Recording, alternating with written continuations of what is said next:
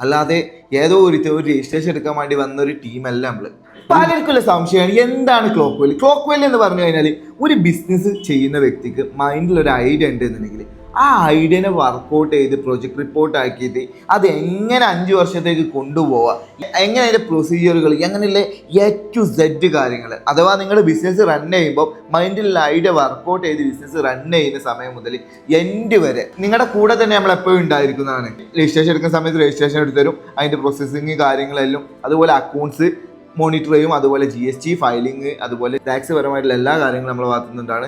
ഇയർലിയുള്ള auditing കാര്യങ്ങൾ. അതുപോലെ നിങ്ങൾ ബിസിനസ് റൺ ചെയ്താൽ നിങ്ങളുടെ കൂടെ ഉണ്ടാവും ഒരു പാർട്ട്ണറായിട്ട്, ഒരു പാർട്ടായിട്ട്.